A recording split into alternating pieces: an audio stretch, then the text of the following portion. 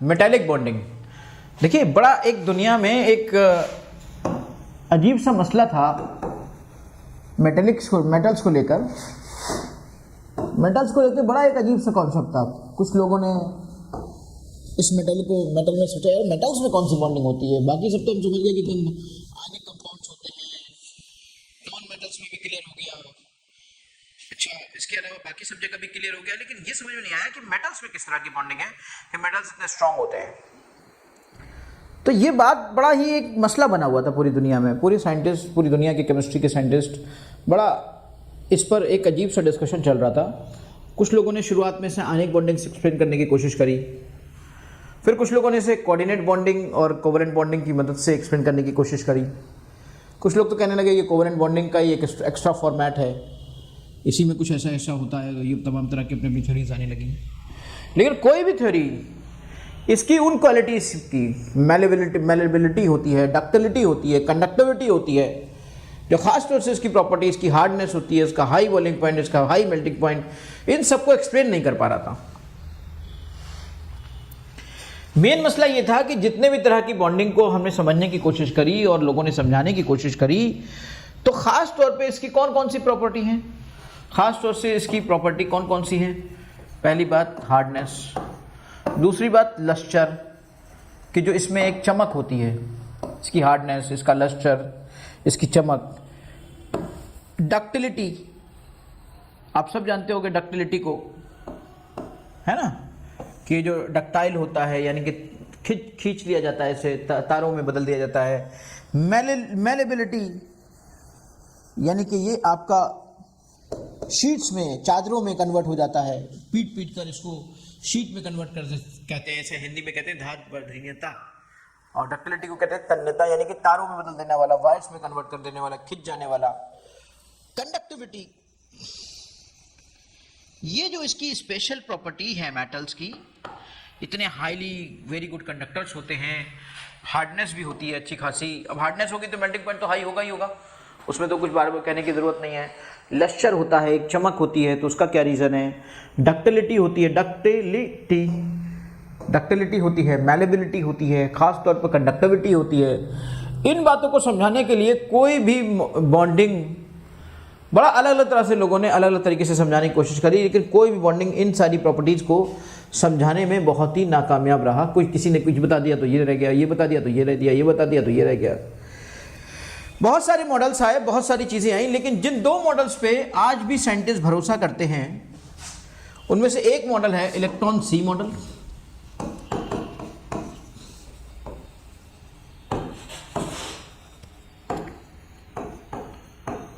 और दूसरा है band model.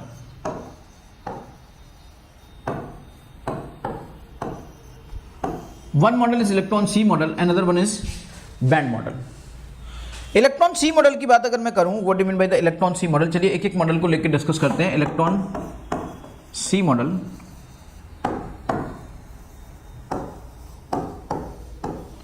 Let's discuss electron sea model. आपको एक वर्ड है, इससे आपको समझ में आ रहा होगा, इलेक्ट्रॉन सी मॉडल। अच्छा, ये वर्ड क्यों इस्तेमाल किया गया? इलेक्ट्रॉनों का समुद्र होता है इसके अंदर। कुछ आपको समझ में आया कि ऐसा क्यों यूज किया गया ये word? Yes, I can explain you क्यों ऐसा किया गया, समुद्र क्यों कहा गया।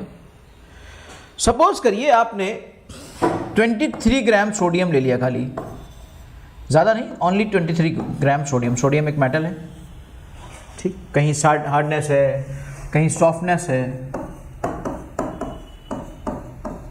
कुछ सॉफ्ट होते हैं, कुछ हार्ड होते हैं, है ना।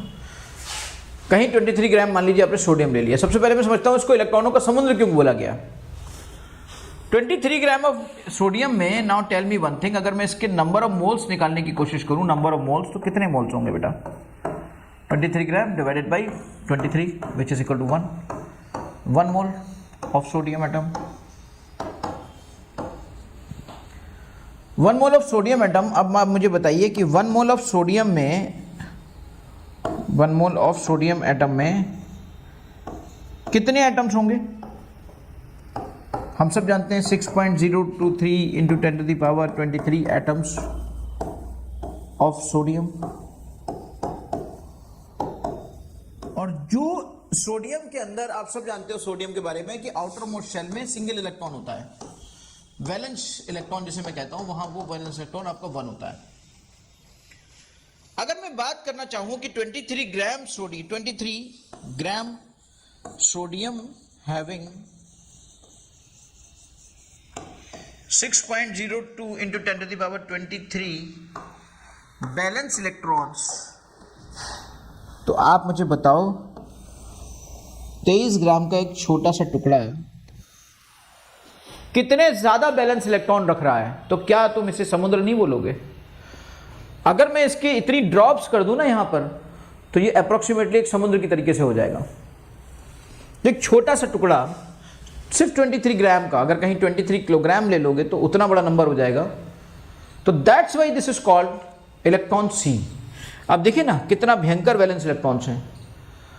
क्यों मैंने सिर्फ वैलेंस इलेक्ट्रॉन की बात की? वैलेंस इलेक्ट्रॉन की मैंने इसलिए बात की, वैसे तो इलेक्ट्रॉन बहुत सारे हैं, लेकिन वैलेंस इलेक्ट्रॉन की बात इसलिए की क्योंकि valence electron outermost shell में होता है। आउटर मोस्ट शेल का जो इलेक्ट्रॉन होता है वही रिस्पॉन्सिबल होता है उसकी सरफेशियल प्रॉपर्टीज के लिए, या उसकी कंडक्टिविटी के लिए, या उसकी रिएक्शंस के लिए। तो इसलिए मैंने ये बोला कि आपसे कि 23 ग्राम सोडियम का कितने ज़्यादा बैलेंस इलेक्ट्रॉन, एक छोटा सा टुकड़ा 23 ग्राम के सोडियम का कितने ज़्यादा इलेक्ट्रॉन, वैलेंस इलेक्ट्रॉन रख रहा है। So that's why this is called electron sea model. इसलिए इसको इलेक्ट्रॉन सी मॉडल कहा जाता है बेटा। इलेक्ट्रॉनों का समुद्र ही समुद्र है। मतलब like if you are taking ये सपोज करो आप एक इस टाइप का एक टुकड़ा ले रहे हो किसी मेटल का, तो इलेक्ट्रॉन ही इलेक्ट्रॉन्स में बेटा भरे पड़े हैं। मैं इलेक्ट्रॉन्स ही इलेक्ट्रॉन्स को उसमें फिल करता दिखा रहा हूँ कि भैया कितने इलेक्ट्रॉन्स भरेंगे जिसकी कोई लिमिट नहीं है। Electron electron electron electron electron को मान लीजिए मैंने इससे बोला this is your electron, this is your electron, this is your electron, this is your electron, this is your electron.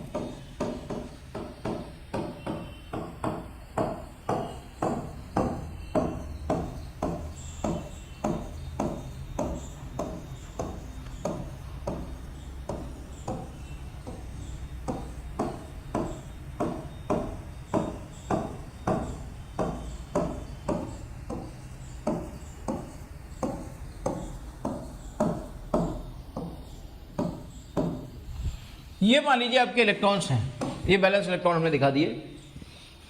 अब सपोज करिए अगर कोई यहाँ पर ये जो इसका सवाल उठा कि सर इलेक्ट्रॉन इलेक्ट्रॉन है तो पॉजिटिव पार्ट कहाँ गया? तो मैंने कहा ये इसको जो आप ये ब्लैक पार्ट देख रहे हो ना, ये ब्लैक पार्ट ये जो ब्लैक पार्ट है ये क्या है? ये ब्लैक पार्ट एक पॉजिटिव कर्नल है। मान लीजिए पॉजिटिव पार्ट है ये आपका पॉजिटिव पार्ट हो गया, ये नेगेटिव पार्ट हो गया। इस तरीके से एक बात साबित हो गई।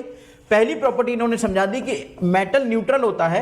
ये बात यहां से क्लियर हो गई कि मेटल न्यूट्रल होता है, कि ये पॉजिटिव पार्ट है ये नेगेटिव पार्ट है। तो पहली प्रॉपर्टी कि भाई मेटल जो होता है वो न्यूट्रल होता है, चलो मेटल न्यूट्रल हो गया, पहली बात क्लियर हो गई।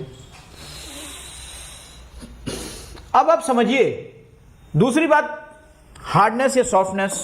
देखिए ये जो सोडियम जैसा मेटल है, जैसे सोडियम मेटल है, यहाँ पे सिंगल इलेक्ट्रॉन है तो इतना ज़्यादा है।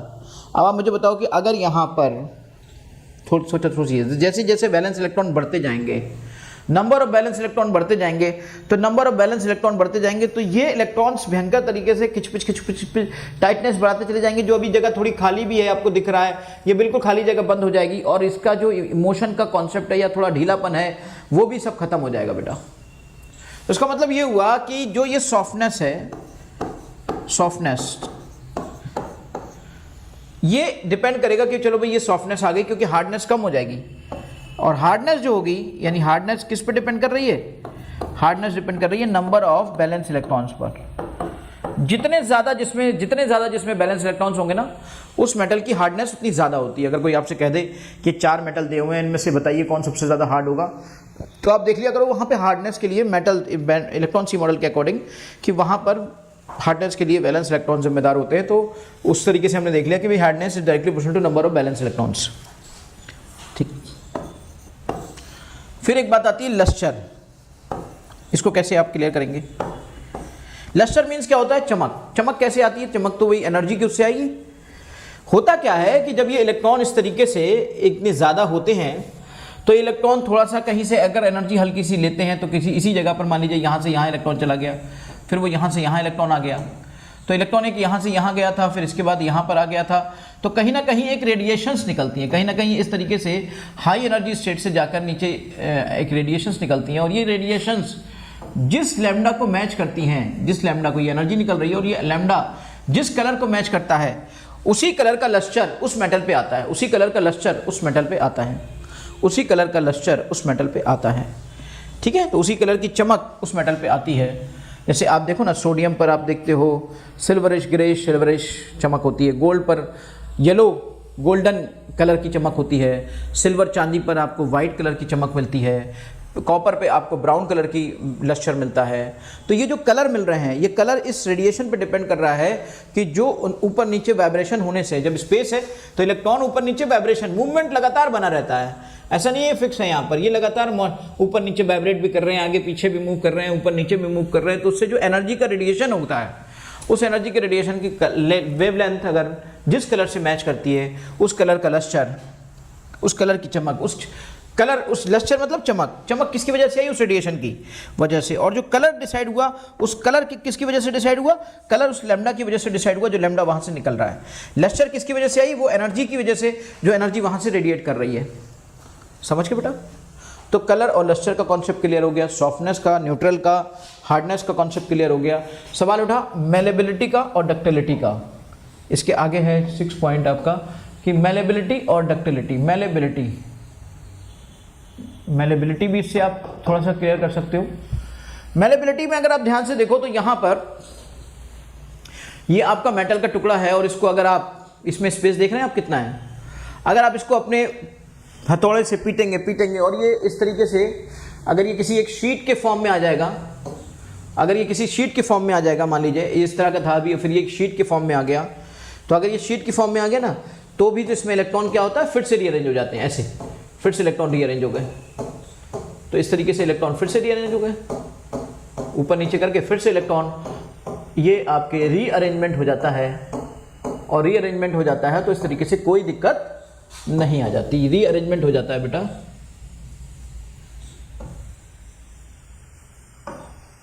रीअरेंजमेंट हो जाता है इलेक्ट्रॉन्स का, और आराम से स्पेस की वजह से, जो यहाँ पे खाली जगह आप देख रहे हैं उसकी वजह से, वो मेलेबिलिटी इस तरीके से इसमें शीट्स में कन्वर्ट हो जाती है। अगर हम बात करें इसकी 7th की, डक्टिलिटी की, तो ये आपके वायर में कन्वर्ट हो गया। ये वायर है आपका, ये वायर में कन्वर्ट हो गया, तो ऑब्वियसली वायर लंबा बनेगा।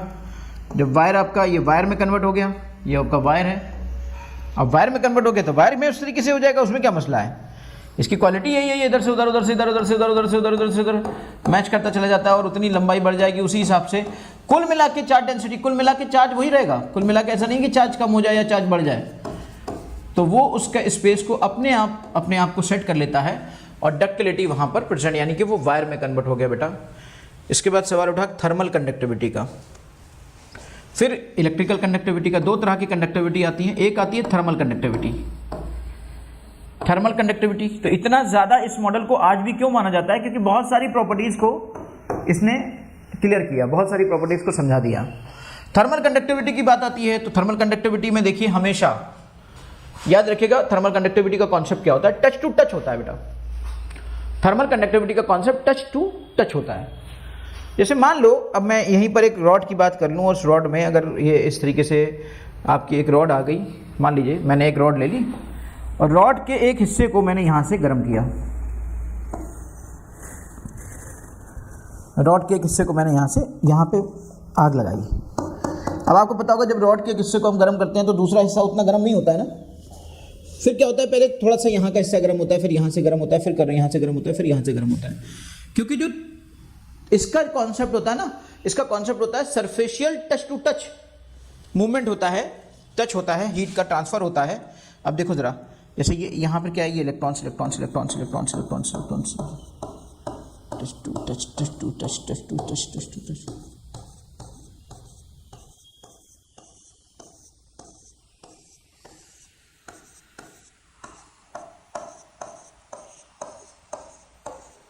अब आप मुझे बताओ, यहाँ से जैसे ये आपकी आग लगी, ये आग लगी, ये हीट है लाल कलर की, ये आग लग रही है। अब इस आग ने क्या किया, इसको इस हिस्से को गर्म किया, तो ये हाई टेम्परेचर पे पहुंचा, फिर ये लो टेम्परेचर पे तो हाई से लो, फिर ये हाई, फिर ये लो, फिर हाई से लो, फिर ये हाई, फिर ये लो, फिर ये हाई से लो, हाई से लो, हाई से लो, हाई से लो, हाई से लो, हाई से लो, हाई से लो होते हुए इस तरीके से ये वाला भी हॉट हो जाता है। भाई इसका कॉन्सेप्ट यही होता है कि अगर एक एरिया दूसरे एरिया के टच में आता है, ये हाई होता है, ये लो होता है, तो टेम्परेचर इससे मूव कर जाता है। तो हाई से लो, हाई से लो, जैसे जैसे मास इसके टच में आता गया और मास कंटेनिंग इलेक्ट्रॉन, इस तरीके से थर्मल कंडक्टिविटी में भी कोई इशू नहीं है। हम जानते हैं कि थर्मल कंडक्टिविटी में थोड़ा टाइम लगता है। अगर हम खुद भी एक बर्नर के आगे किसी रॉड को रखें, मान लीजिए एल्युमिनियम की रॉड ले लें या कोई और कॉपर की रॉड ले लें, उसको गर्म करें तो वो वाला कोना गर्म होगा, धीरे धीरे करके कुछ टाइम लगेगा और हमारा हाथ जहाँ पे हम पकड़े थे वो भी काफ़ी हद तक गर्म हो जाएगा। इसका मतलब ये हुआ ये एरिया भी आपका गर्म हो जाएगा काफ़ी हद तक। अगर आप इस चीज़ को देखेंगे तो ये हाई से लो, हाई से लो, हाई से लो की कंडीशन में थर्मल कंडक्टिविटी इस वेल एक्सप्लेन्ड है, इसके ज़रिए कोई दिक्कत नहीं है।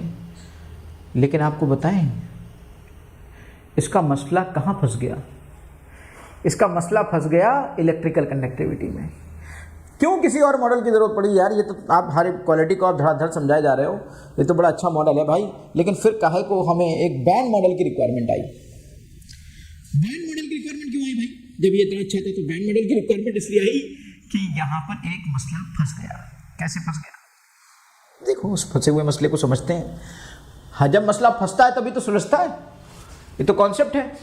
हुआ क्या, आप मुझे बताओ। जैसे आपने यहाँ तो चलो आपने आग लगाई, थोड़ी देर बाद आपको वहाँ लगा, लेकिन अगर आप किसी भी मेटल के रॉड पर, मान लीजिए मैं कोई दूसरा एक एग्जाम्पल ले लेता हूँ, सपोज करिए आपने एक ये ले लिया, एक रॉड ले ली, मेटेलिक रॉड ले ली और आपने इसको करंट से कनेक्ट कर दिया।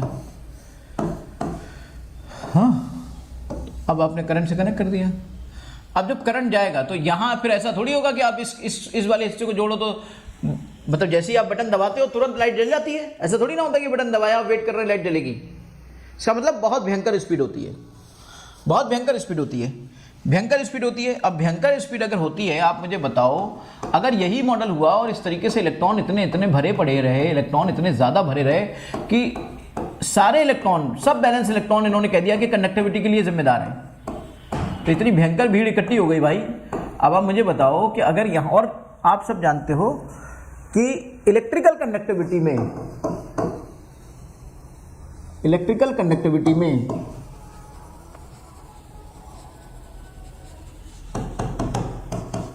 कैसा मूवमेंट होता है? रैंडम मूवमेंट होता है, लाइन टू लाइन नहीं होता है, टच टू टच नहीं होता है, रैंडम मूवमेंट ऑफ इलेक्ट्रॉन होता है इन पोटेंशियल डिफरेंस। जहां पे पोटेंशियल डिफरेंस लगाया जाता है ना, वहां पे रैंडम मूवमेंट होता है बेटा। जहां पे पोटेंशियल लगाया जाता है वहां पे रैंडम मूवमेंट होता है। अगर रैंडम मूवमेंट हुआ तो क्या होगा? अगर रैंडम मूवमेंट हुआ तो क्या होगा? पता चला ये इलेक्ट्रॉन पे यहाँ पे करंट पहुंचा, ये तुरंत यहाँ पहुंचना चाहता है, ये यहाँ से यहाँ, यहाँ से यहाँ और यहाँ तक पहुंचना चाहता है, लेकिन इतनी सारी टक्करें इसको मिलने की देखने को मिलेंगी, इतनी सारी टक्करें, इतना भयंकर भरा हुआ है इलेक्ट्रॉनों से कि भैया ये यहाँ से यहाँ इतनी जल्दी पहुंचेगा कैसे? ये मॉडल तो ये एक्सप्लेन ही नहीं कर पा रहा है, स्पीड ऑफ इलेक्ट्रिकल कंडक्शन ये समझा नहीं पा रहा है। क्योंकि सोचो ना, रैंडम मूवमेंट आप बता रहे हो, रैंडम मूवमेंट होता है, वो इलेक्ट्रॉन खटाक से यहाँ से यहाँ, यहाँ से यहाँ पहुंचता है, इतना टाइम कहाँ लगता है? जब तक इलेक्ट्रॉन यहाँ पहुंचेगा नहीं तब तक करंट बहेगा कैसे? हम सब जानते हैं कि अगर इलेक्ट्रॉन का फ्लो ऐसे है तो करंट का फ्लो ऐसे होगा। हम अच्छी तरह से जानते हैं, फिजिक्स में हमने इन चीज़ों को समझा है ना। तो इलेक्ट्रॉन अगर यहाँ से यहाँ पहुँच रहा है तो इसका मतलब हमने इसकी डायरेक्शन को उल्टा दिखा दिया है।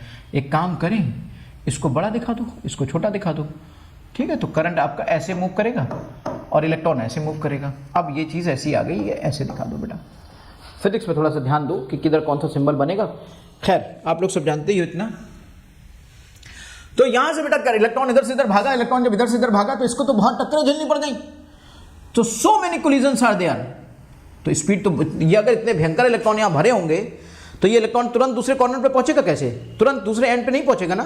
जब दूसरे एंड पे नहीं पहुंचेगा तो इसका मतलब तो क्लोज सर्किट हुआ नहीं, क्लोज सर्किट हुआ नहीं तो करंट बहेगा नहीं, लेकिन करंट तो तुरंत बह जाता है। इसका मतलब ये मॉडल इस इलेक्ट्रिकल कंडक्टिविटी को अच्छे से नहीं समझा पा रहा है। ये model couldn't explain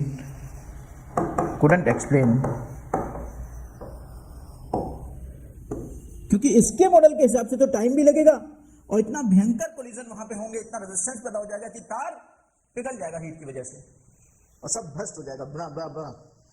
couldn't explain electrical conductivity, और इस तरीके से इलेक्ट्रिकल कंडक्टिविटी को ये एक्सप्लेन नहीं कर पाया, खास तौर से स्पीड को एक्सप्लेन नहीं कर पाया। समझ गए? क्यों नहीं हुआ, क्यों नहीं हुआ, कैसे हुआ, क्या हुआ?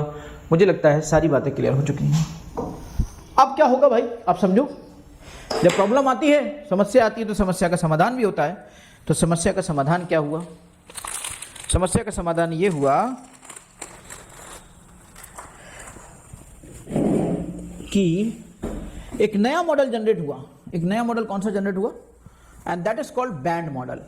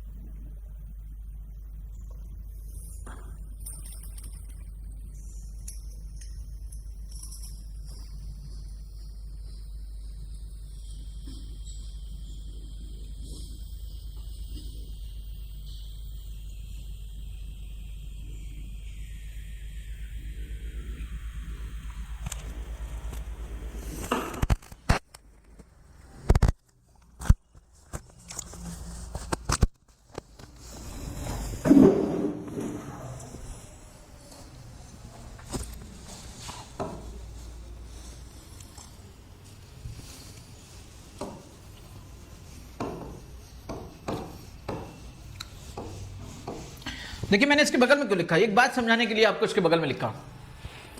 क्या रीजन था इसका कि मैं यहां पे लिख रहा हूं इसे? रीजन था बेटा कि यहां प्रॉब्लम किस बात की थी? प्रॉब्लम थी कि हम सारे बैलेंस इलेक्ट्रॉन्स को कंडक्शन के लिए रिस्पॉन्सिबल मान रहे थे। हम सारे इलेक्ट्रॉन्स को कंडक्शन के लिए जिम्मेदार मान रहे थे। तो यहां भयंकर भीड़ लग जा रही थी। इन्होंने कहा, बैंड मॉडल ने इन्होंने कहा बेटा कि all valence electrons are not responsible for conduction.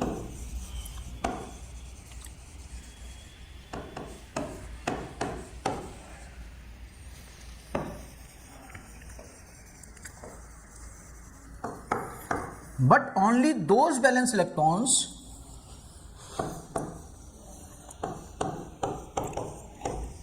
which are in conduction band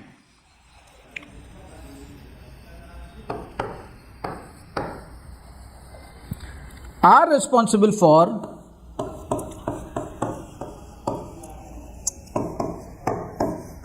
conduction। अब आप समझिए, यहां पर all valence electrons are not responsible for conduction but only those valence electrons which are in conduction band are responsible for conduction. वही केवल जिम्मेदार है conduction के लिए। इन्होंने क्या किया, इन्होंने एक बात, नई बात बताई कि मेटल्स के अंदर जो, बाकी सब तो होता ही होता है, लेकिन जो बैलेंस शेल के इलेक्ट्रॉन होते हैं वो भी, उसमें भी दो तरह की लेवल होते हैं। वो दो बैंड, बैंड मतलब एक ग्रुप बना दिया गया कि इस रीजन, ये रीजन है, रीजन होता है एक एनर्जी लेवल का रीजन है कि इस एनर्जी लेवल के रीजन में सब बैंड जो भी बनते हैं वो ड्यू टू एनर्जी लेवल को डिफाइन करते हैं।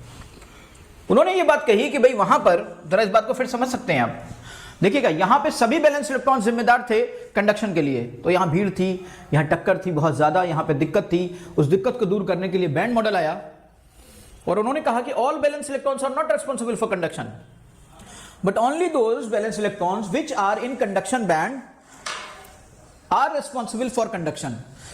केवल वही कंडक्शन के लिए जिम्मेदार हैं, आर रिस्पॉन्सिबल फॉर कंडक्शन। अब जरा समझिएगा,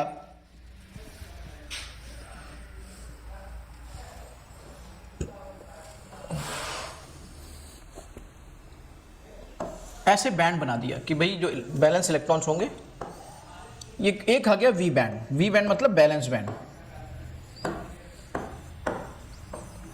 बैलेंस बैंड, इसे हम कह देंगे वी बैंड। तो जो बैलेंस बैंड है इसमें सभी बैलेंस इलेक्ट्रॉन्स आएंगे, all the valence electrons are there.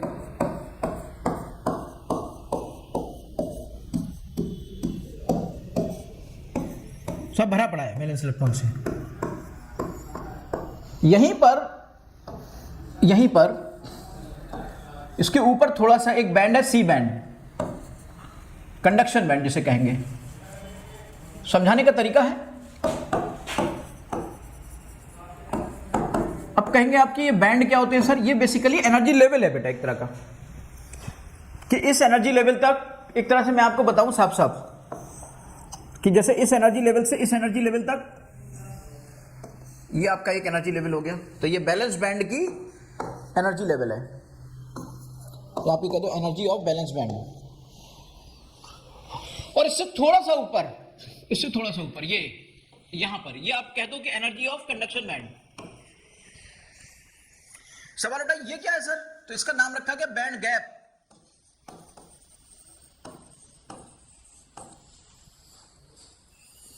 इसका नाम रखा गया बैंड गैप। सवाल उठा कि सर ये बैंड गैप क्या है? तो मैं कहूंगा बैंड गैप भी एक एनर्जी है, energy of band gap. Energy of band gap, यही तो मैं सबसे मेन खेल तो इसी का है। Energy of conduction band minus energy of valence band, इन दोनों के डिफरेंस को, जो यहां से देखो, यहां पे ये वाला, ये वाला, ये वाला, ये वाली एनर्जी, इस एनर्जी को हमने कहा एनर्जी ऑफ बैलेंस बैंड, और इस एनर्जी को हमने कहा एनर्जी ऑफ कंडक्शन बैंड। इन दोनों के डिफरेंस को बेटा ये बैंड गैप कहा गया। जहां पे ये बैलेंस बैंड खत्म होता है वहां की एनर्जी को लिया, जहां से कंडक्शन बैंड शुरू होता है वहां की एनर्जी को लिया, तो उनके बीच के गैप को बैंड गैप कहेंगे। और बैंड गैप, अब आपको मैं बताऊं, उन्होंने बताया कि ये बैंड गैप जब ऑब्जर्व करा, उन्होंने कहा ये बैंड गैप मेटल्स में एनर्जी ऑफ बैंड गैप, जो यानी बैंड गैप, हम सिंपली इसे एक बात कहेंगे, इसे हम सिंपली बैंड गैप कहेंगे कि मेटल्स में ये band gap is very small और जीरो। ये बैंड गैप आपका बहुत ही स्मॉल, जैसे कुछ अच्छे कंडक्टर होते हैं, कुछ कम कंडक्टर होते हैं, या तो ये बैंड गैप आपका बिल्कुल जीरो है या बहुत ही कम है।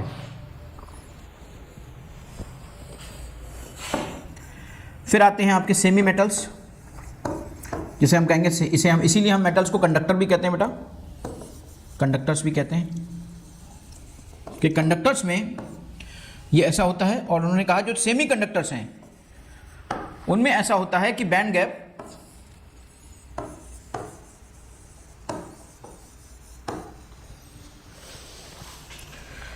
मीडियम में होता है, उसका साइज मीडियम होता है, कि अगर थोड़ी सी ज्यादा एनर्जी दे दो तो कंडक्शन बैंड के इलेक्ट्रॉन बैलेंस बैंड के इलेक्ट्रॉन कंडक्शन बैंड में चले जाएंगे। और अगर मैं बात करूं नॉन कंडक्टर की, तो नॉन कंडक्टर वो होते हैं जिनमें बैंड गैप वेरी लार्ज होता है, कि आप कितनी भी एनर्जी दो तो वो इलेक्ट्रॉन वहां से वहां जा ही नहीं पाता है। अगर बहुत ज्यादा एनर्जी दे दोगे तो वो जो आपका नॉन कंडक्टर है वही पिघल जाएगा, वो मेल्ट हो जाएगा। तो इसलिए आप टेम्परेचर भी तो एक लिमिट के अंदर ही दे सकते हो, एनर्जी भी तो एक लिमिट के अंदर ही दे सकते हो, ताकि उसका एग्जिस्टेंस बना रहे।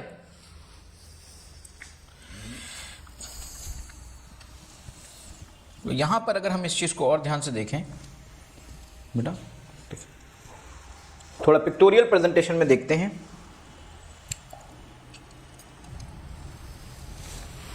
मान लीजिए ये है आपका, ये आपका वैलेंस बैंड है और ये आपका कंडक्शन बैंड है सपोज करिए। तो अगर ये मेटल हुई ना तो ये मेटल में अप्रोक्सीमेटली ओवरलैप कर जाता है। ये मेटल्स के केस में, कंडक्टर्स के केस में ओवरलैप कर जाता है या बहुत कम होता है, या फिर ऐसा होता है कि मतलब लाइक एक ही आपका वैलेंस बैंड है और दूसरा आपका ये कंडक्शन बैंड है। ये ऐसे ही थोड़ा सा गैप, बहुत हल्का सा गैप होता है, सी बैंड होता है। या तो ये बहुत ही हल्का सा गैप होता है, वेरी वेरी स्मॉल गैप, या फिर बिल्कुल गैप होता ही नहीं है। तो इस तरह की चीज़ों को हम मेटल्स कहते हैं और मेटल्स नॉर्मली कंडक्टर्स होते हैं, इनको हम कंडक्टर्स कहते हैं और ये क्वालिटी मेटल्स में ज़्यादातर पाई जाती है, इसलिए मेटल्स को कंडक्टर कहते हैं। अब अगली बात देख लें। अगर मैं यहाँ पे बात करूँ एक सेमी कंडक्टर की, तो ये आपके बैलेंस बैंड है। अब बैलेंस बैंड के इलेक्ट्रॉन तो हम पहले ही बता चुके हैं आपको, और ये आपका कंडक्शन बैंड है। मान लीजिए आपका सी बैंड है भाई, जो इलेक्ट्रॉन यहां से यहां चले जाएंगे ना, जो इलेक्ट्रॉन यहां से यहां चले जाएंगे वही तो रेस्पॉन्सिबल होंगे कंडक्शन के लिए। तो नीचे वाले तो सब ऊपर चले जाएंगे, तो जो इसमें भी एनर्जी लेवल में ऊपर होंगे वही तो जा पाएंगे इसमें। तो इसीलिए एकदम भीड़ जो थी वो खत्म हो गई, अब कुछ ही जा रहे हैं भाई। जो यहां करीब में होंगे, इस एनर्जी लेवल पे थे होंगे, वही तो जा पाएंगे इजीली। अब जो नीचे बिल्कुल बैठा है, जिसकी एनर्जी लेवल बहुत कम है, ग्राउंड स्टेट पे है, तो उसको थोड़ी ना ले जाएंगे। सवाल इस बात का उठता है कि यहां पर भी इसी तरीके से मामला है। तो जो इलेक्ट्रॉन ऊपर की तरफ होंगे, वो इलेक्ट्रॉन अगर थोड़ी सी भी एनर्जी ले लेंगे, ये मीडियम गैप होता है, बैंड गैप इसे कहते हैं। बैंड गैप बहुत ही बैंड गैप होता है। तो इसकी क्वालिटी क्या होती है सेमीकंडक्टर की, कि अगर आप लो टेम्परेचर की बात करो, तो एट लो टेम्परेचर लो होगा तो इतनी एनर्जी मिल नहीं पाती कि इलेक्ट्रॉन यहां से कूद के यहां चला जाए। तो लो टेम्परेचर पे ये नॉन कंडक्टर होते हैं, और एट हाई टेम्परेचर जब इनको एनर्जी ज्यादा मिल जाती है तो ये आपके कंडक्टर हो जाते हैं। दैट्स वाई कंडीशनल होता है ना, that's why they are called semiconductor, इसीलिए इनको हम सेमी कंडक्टर कहते हैं। और इस तरह की क्वालिटी बेटा नॉर्मली सेमी मेटल्स में मिलती हैं। नॉर्मली इस तरह की क्वालिटी सेमी मेटल्स में मिलती हैं। इस तरह की क्वालिटी नॉर्मली किस में मिलती है, सेमी मेटल्स में मिलती है। फिर हम आ जाते हैं वाइट पे। चलो अब पता चला एक बैलेंस बैंड आपका यहां पर है ये, और आपका कंडक्शन बॉन्ड कहीं यहां पर है। अब ये जो गैप है, ये बैंड गैप, ये बहुत ही लार्ज है। इतना लार्ज है कि अगर आप हाई टेम्परेचर कर रहे हो, आप सोचो कि टेम्परेचर हम और बढ़ा दें, हम टेम्परेचर और बढ़ा दें, तो भाई टेम्परेचर की भी तो लिमिट है, आपको इसका एग्जिस्टेंस भी तो रखना है। तो ये ऐसी चीज़ें भी नहीं होती हैं जिनके अंदर बहुत ज़्यादा हार्डनेस हो, इनके मेल्टिंग पॉइंट भी कम होते हैं। तो एक टेम्परेचर भी बहुत ही लिमिट के अंदर ही बढ़ा सकते हो आप, वरना ये मेल्ट होने लगते हैं तो फिर एग्जिस्टेंस ही खत्म होने लगा। तो एग्जिस्टेंस को बरकरार रखते हुए तो आप किसी चीज़ को कर पाओगे। इसका मतलब इस तरह की प्रॉपर्टी जिसमें अगर आप टेम्परेचर को बढ़ा भी दो तो इतना नहीं बढ़ पाता कि वो यहाँ से वहाँ पहुँच पाए, क्योंकि अगर ज़्यादा बढ़ाओगे तो वो पिघल जाएगा। तो इसलिए जो मैक्सिमम लिमिट तक आप बढ़ाओ भी, तो उसके बावजूद यहाँ का इलेक्ट्रॉन, जो यहाँ पे इलेक्ट्रॉन है वो ऊपर नहीं जा पाता, और ये इसलिए नॉन कंडक्टर कहलाते हैं। क्योंकि जब इलेक्ट्रॉन, देखिए वैलेंस इलेक्ट्रॉन तो सभी में होते हैं, ये बात सही है। बैलेंस इलेक्ट्रॉन तो आपके नॉन मेटल में भी, जो नॉन मेटल्स होते हैं उनमें तो बैलेंस इलेक्ट्रॉन होते हैं। उन्होंने बता दिया था जहां बैलेंस इलेक्ट्रॉन है वही जिम्मेदार है। तो जिम्मेदार कैसे हो गया, तभी तो वो समझा नहीं पाए। इन्होंने कहा कि भाई सब जगह है बैलेंस इलेक्ट्रॉन, लेकिन मसला इस बात का नहीं है कि सब जगह है, मसला है कि उसमें भी बैंड गैप है, उसमें भी बैंड्स हैं, उनमें भी एनर्जी बैंड्स है, कि इस रीजन में ये वाले इलेक्ट्रॉन, इस रीजन में ये वाले इलेक्ट्रॉन। तो वो वाले इलेक्ट्रॉन जो कंडक्शन में चले जाते हैं वही इलेक्ट्रिकल कंडक्टिविटी के लिए जिम्मेदार होते हैं। तो ये नॉन कंडक्टर हो गया बेटा। और नॉर्मली नॉन कंडक्टर्स आपके नॉन मेटल्स होते हैं, नॉर्मली ऐसा होता है। पर इस किसी के अंदर भी ये प्रॉपर्टी होगी तो वो नॉन कंडक्टर होगा। तो इस तरह से मेटेलिक बॉन्डिंग को समझाया बैंड मॉडल ने। तो जो उसकी प्रॉब्लम थी वो बैंड मॉडल ने सॉल्व कर दी, और बाकी की चीजें तो वो एक्सप्लेन कर ही रहा है। इसलिए दोनों मॉडल का यूज करते हुए हम इस चीज को कवर अप कर लेते हैं कि हाँ भाई मेटेलिक बॉन्डिंग अब ज़्यादातर चीज़ें हमारी एक्सप्लेन हो चुकी हैं, लेकिन कोई चीज़ कभी खत्म नहीं होती है, कोई थ्योरी कभी नहीं खत्म होती है। साइंस एवोल्यूशन का नाम है, हमेशा कोई ना कोई प्रॉब्लम आ सकती है। हो सकता है कोई नई बात ऐसी आ जाए जिसकी वजह से एक नए मॉडल की, नई थ्योरी की जरूरत पड़ जाए। हो सकता है आप में से कोई एक नया मॉडल ला दे। ठीक है बेटा, तो मेटालिक बॉन्डिंग को यहीं पे खत्म करते हैं। Thank you.